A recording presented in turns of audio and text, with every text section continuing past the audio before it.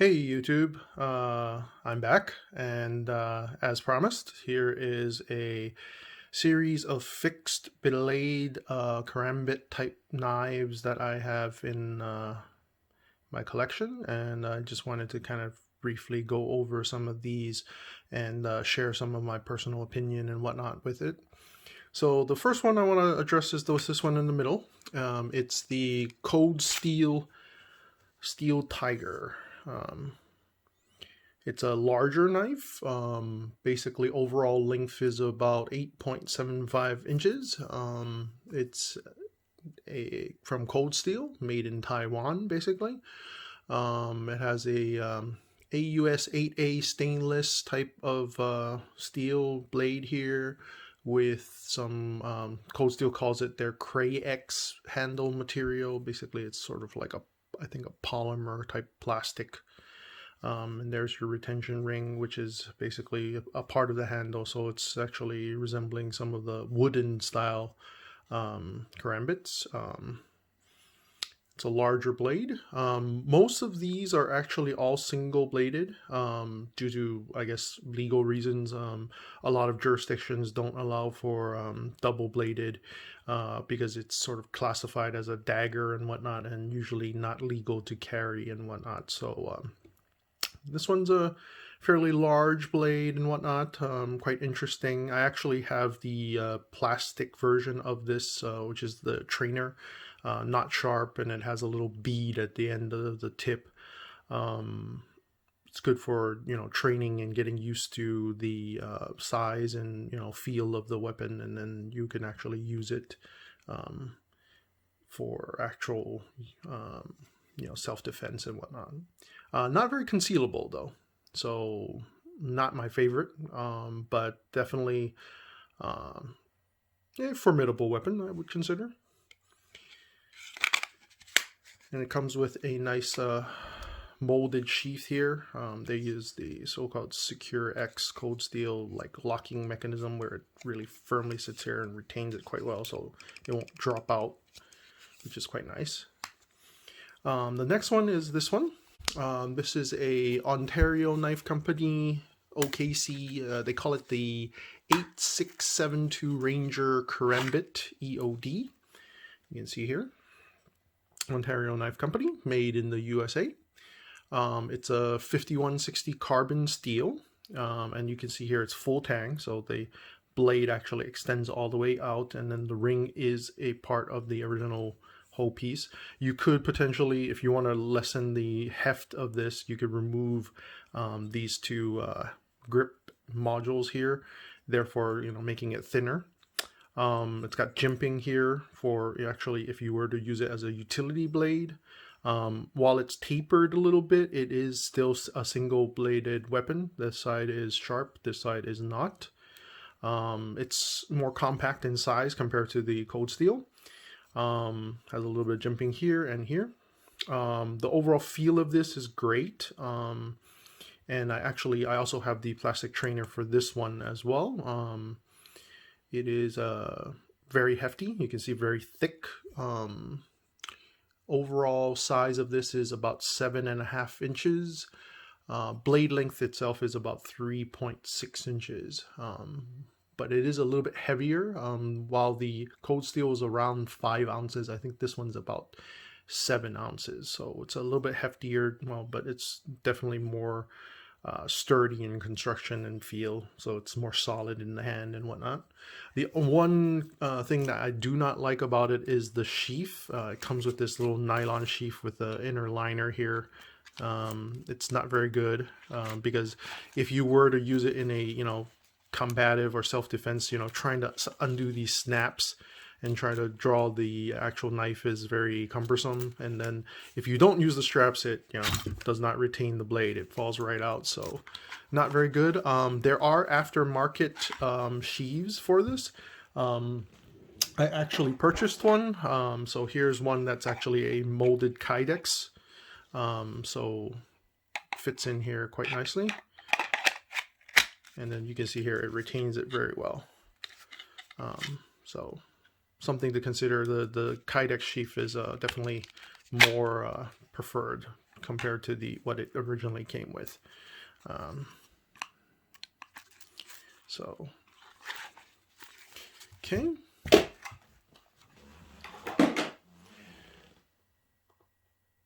And then the next one I want to do is this one. So this is a Tops. It's called the Devil's Claw 2. Tops Knives is a name brand, all made in the USA. And then you can see here, it's called Devil's Claw 2. The original Devil's Claw actually did not have the retention ring, so the 2 is actually with the retention ring, which makes it more resemble a Karambit. It has, you know, the Karambit style. They call these the hawkbill style blades. So it has a curvature, and then, you know, it's bladed on one side as well. There's jimping here. Nice feel. It's a little bit more slender in the hand, so definitely more light and agile compared to the previous OKC knife. It's about 5.6 inches, so still a little bit heavier than the cold steel, but you can tell why, because it's, you know, full tang and very sturdy. It has it's a 1095 carbon steel type blade with, they call it the black traction coating, which you know, helps with the prevention of rust and whatnot. And then G10 handles on the side here, and you know, it has a nice, it's very ergonomic. Feels real good in the hand, very nimble. And then what I really like about it is, you know, Tops always comes with a Kydex sheath already. I added the utility clip here. I purchased this separately. Otherwise, it has the straps, which I did not quite like. So I actually got these utility clips where they, you know, you can actually fasten it really, you know, well on your belt, and, you know, easier to draw and whatnot. The next one is this one, the SOG. They call this the Gambit. It's made in China. The blade is a little bit different though. This does not actually, they don't call this a hawkbill blade because the curvature isn't quite there, and it still comes to a certain point that isn't like at an angle. So this is called what they call a sheep's foot style blade. Very thin, but it's still, you know, full tang construction. You can see here. So the handle is just, you know, the grips here are, you know, removable as well if you want to lighten it or make it more sort of thin for concealment purposes. But overall, it's made with they call it the, what do you call it, 7CR 17 MOV stainless style steel with, you know, a satin finish. It's got a little bit of jimping here. Glass reinforced nylon in terms of the handle material. It is relatively light, the lightest I think across these blades here, at about close to 3 ounces. Overall length is about 7.3 inches, and blade length is about 2.58 inches. So formidable weapon, I think. Good for concealment. What I really like about it is the sheath. It's molded, good retention. It has this little clip that actually is rotating. You can actually rotate it to fit, you know, however, what kind of carry style you prefer.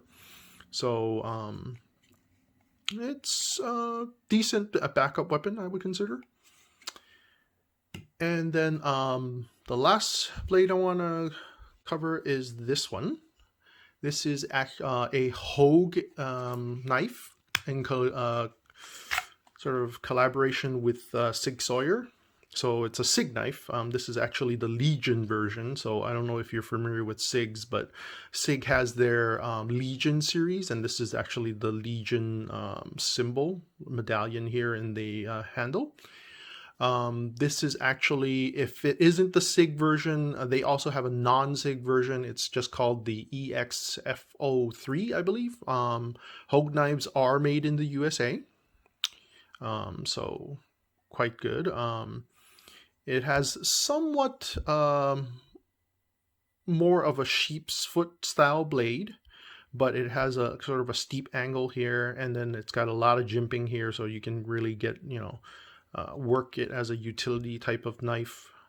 and then it actually has a little bit of a sort of ring here. It's more for the retention actually. So the sheath, it's a neck knife supposedly, so it has the locking here, the sort of climp or cramp, sort of the closing mechanism, the lock. So it's through that circle that it actually locks really well in place. Full tank construction with the retention ring. It has similar to actually the Sig Sauer Legion series. It's cerakoted. It is 154 cm stainless steel with G10 handles, and it feels really good in the hand, and it's really, you know, compact, so very good for concealment. And like I said, it's a neck knife. You can carry it as a, you know, but if you know, you could also use these utility clips and just kind of remove the cord and actually attach it as a belt. It does actually come with a separate belt sheath as well, which I don't have right now. It's still in the box, but one of my favorite knives, actually, this one, because you know, the overall feel, design. The only caveat, of course, is the blade length is relatively short. It's about 2.25 inches. So some of the techniques, you know, when you're using a karambit, like, you know, to like lock and pull back and whatnot, isn't as effective with this blade. But it's very light. It's about 5 ounces, so very light and, you know, quick in the hand and whatnot, and it's very good for concealment. So overall, this is my favorite in terms of just day-to-day carry, self-defense type, beyond folder. I mean, this one is a fixed blade. So if I were to carry out of these, I would likely carry, especially for, you know, conceal type carry, I would go with this one.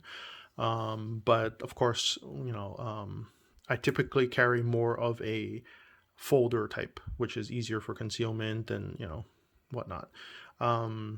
I will actually conduct my next video on folder style karambits, so definitely stay tuned.